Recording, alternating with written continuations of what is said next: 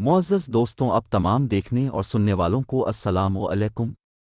दोस्तों, आज हम आपके लिए कुछ ऐसी पेशनगोइयाँ लाए हैं जिन्हें देख और सुनकर इंसानी अक्ल हैरान हो जाती है कि कैसे एक आम इंसान सिर्फ अपने इल्म के ज़रिए हज़ारों साल पहले किसी चीज़ की तरफ इशारा कर सकता है।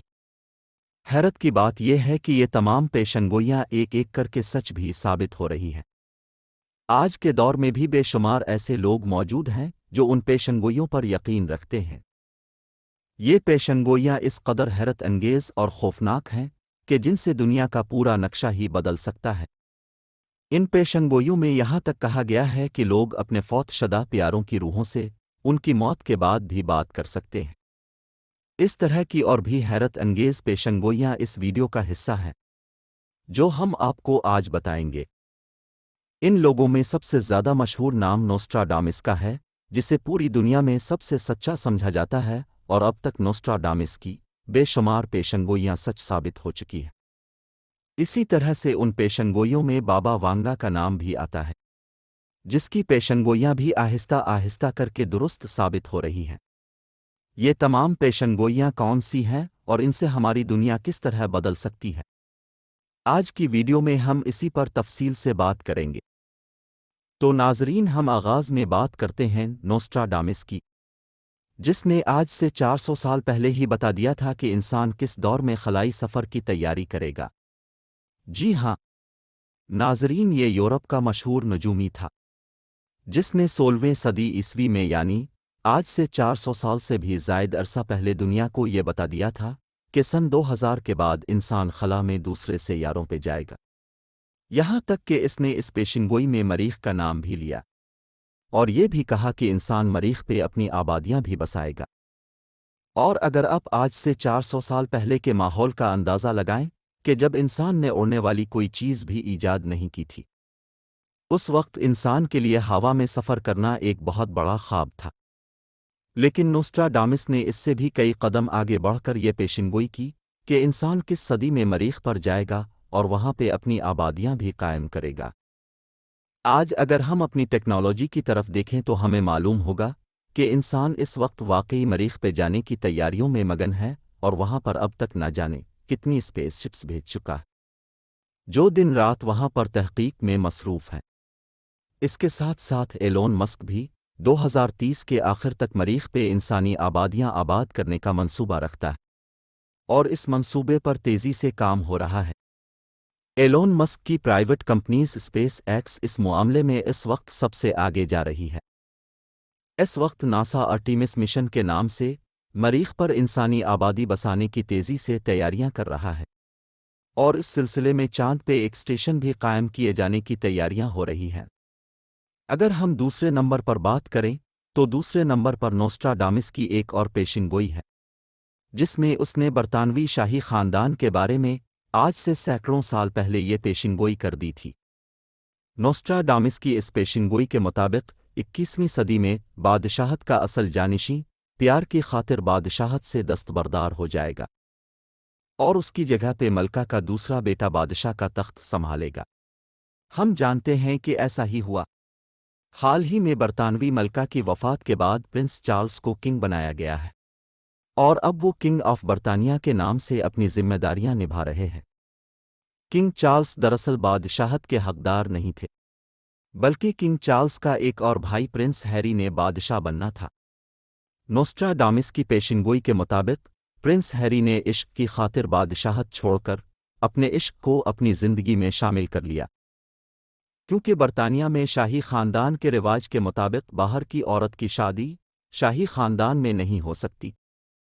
लेकिन प्रिंस हैरी ने अपने इश्क की खातिर बादशाहत को कुर्बान कर दिया। प्यारे दोस्तों, तीसरी पेशनगोई बाबा वांगा की तरफ से हुई है और इस पेशनगोई के मुताबिक बाबा वांगा, जो यूरोपीय रियासत बल्गारिया की रिहायशी एक खातून थीं, उनका कहना था कि सन 2023 और 24 में रशिया के सदर व्लादिमीर पुतिन पूरी दुनिया में एक आलमी लीडर बनकर उभरेंगे और रशिया अपना खोया हुआ सुपर पावर का स्टेटस भी दोबारा हासिल कर लेगा। बाबा वांगा नामी ये खातून पैदाइशी तौर पर नाबीना थीं और उनकी वफ़ात को काफ़ी साल गुजर चुके हैं। अगर हम हालिया यूक्रेन और रशिया जंग की तरफ देखें تو ہمیں معلوم ہوگا کہ فی الحال رشیا جیت رہا ہے، لیکن رشیا نے ابھی تک دنیا کے سامنے ایسا کچھ بھی شو نہیں کیا جس سے یہ اندازہ ہو کہ رشیا اپنا کھویا ہوا سپر پاور کا اسٹیٹس دوبارہ حاصل کرنا چاہتا ہے، اور نہ ہی ہم ابھی تک یہ جانتے ہیں کہ رشیا کے پاس اتنی قابلیت ہے بھی یا نہیں کہ وہ ایک بار پھر سے سپر پاور بن سکے۔ یہ پیشین گوئی البتہ ہو چکی ہے کہ روس یوکرین پر حملہ کرے گا، جبکہ اس پیشین گوئی کا دوسرا حصہ یہ ہے کہ ولادیمیر پوٹن ایک عالمی لیڈر کے طور پر ابھریں گے۔ وہ بھی پورا ہو رہا ہے۔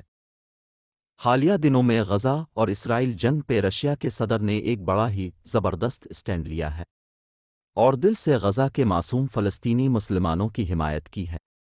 اس حوالے سے وہ اس وقت دنیا کی 1.5 ارب مسلم عوام میں بے حد مقبول ہو چکے ہیں، اور اس کے ساتھ ساتھ دنیا کے کئی یورپی ممالک بھی اب رشیا کے صدر کو ایک عالمی لیڈر کے طور پر دیکھ رہے ہیں۔ رشیا اپنا کھویا ہوا سپر پاور سٹیٹس کب اور کیسے دوبارہ حاصل کرے گا، اس بارے میں ابھی کچھ بھی کہا نہیں جا سکتا، لیکن ہو سکتا ہے کہ 2024 اس حوالے سے فیصلہ کن سال ثابت ہو۔ ناظرین، اگلی پیشین گوئی بھی بے حد عجیب و غریب ہے۔ آج سے تقریباً 900 سال پہلے سن 11ویں صدی عیسوی میں آئرلینڈ کے سینٹ مالاکے نے یہ پیشین گوئی کی تھی کہ سن 2000 کے بعد چرچ آف روم کا ایک نیا پاپ منتخب ہوگا۔ اس کا نام پیٹر ہوگا، اور اس کے دور میں پوری دنیا عجیب و غریب قسم کی تبدیلیوں سے گزرے گی۔ سینٹ مالاکے نے یہ تک کہا کہ یہ نیا پوپ پیٹر پوری دنیا کو ایک عالمی جنگ کی طرف لے کر جائے گا، اور اس سے پوری دنیا کا امن و سکون تباہ و برباد ہو جائے گا۔ سینٹ مالاکے کے مطابق اس نئے پوپ کے اقدامات کی وجہ سے پوری دنیا تیزی سے تباہی و بربادی کا سفر طے کرے گی۔ پیشنگوئیوں کی تحقیق کرنے والے ماہرین کے مطابق پچھلے پوپ کی وفات کے بعد منتخب ہونے والے نئے رومن پوپ، جن کا نام پوپ فرانسس ہے، وہی دراصل اس پیشنگوئی پر پورا اترتے ہیں، کیونکہ انہوں نے ایسے بے شمار فیصلے لیے ہیں جن کی وجہ سے عیسائی دنیا میں اچھی خاصی بے چینی پھیلی ہوئی ہے۔ ماہرین کو یقین ہے کہ آنے والے دنوں میں پوپ فرانسس کی طرف سے کچھ ایسا ضرور سننے میں آئے گا جس سے پوری دنیا کا سکون متاثر ہوگا۔ ناظرین، ہماری آج کی آخری پیشین گوئی سب سے زیادہ عجیب و غریب اور دل دہلا دینے والی ہے۔ یہ پیشین گوئی آج سے صرف 30 سال پہلے کی گئی تھی، اور اس پیشین گوئی کو کرنے والے ماہر سائنسدان کا نام رے تھا۔ اس سائنسدان کے مطابق آنے والے 10 سال کے اندر اندر انسان اس حد تک ترقی یافتہ ہو جائے گا کہ وہ ٹیکنالوجی کی مدد سے وفات پا جانے والے لوگوں کی روحوں سے بات کرنے کے قابل ہو جائے گا۔ اس بارے میں سوچتے ہی جسم میں ایک سرد لہر دوڑ جاتی ہے کہ آخر سائنس کیسے روحوں پر قابو پا سکے گی۔ اگر ہم اس پیشین گوئی کی وضاحت میں جائیں تو ہمیں علم ہوتا ہے کہ یہ کیسے ہوگا۔ اس سائنسدان کے مطابق ایسی ٹیکنالوجی 100 سال کے اندر اندر ہی آ جائے گی، جس سے ایسا کوئی شخص جو فوت ہونے والا ہوگا، اس کے دماغ سے تمام تر معلومات اور اس کی زندگی کی تمام یادداشت نکال کر ایک روبوٹ میں فیڈ کر دی جائے گی۔ اس کے بعد آرٹیفیشل انٹیلیجنس کی مدد سے اگر مرحوم کا کوئی رشتہ دار اس سے ملنا چاہتا ہوگا یا اس سے کچھ پوچھنا چاہتا ہوگا تو وہ بڑی آسانی سے اس سے بات چیت کر سکے گا۔ اور اگر ہم آرٹیفیشل انٹیلیجنس کی بات کریں تو ہم جانتے ہیں کہ گزشتہ 2-3 سال میں اس معاملے میں تیزی سے ترقی ہوئی ہے، اور اب آرٹیفیشل انٹیلیجنس والے چشمے اور ایسے دیگر گیجٹس مارکیٹ میں آ چکے ہیں جنہیں آنکھوں پر پہن کر ہم آرٹیفیشل انٹیلیجنس کے اندر مختلف چیزوں کا نظارہ کر سکتے ہیں۔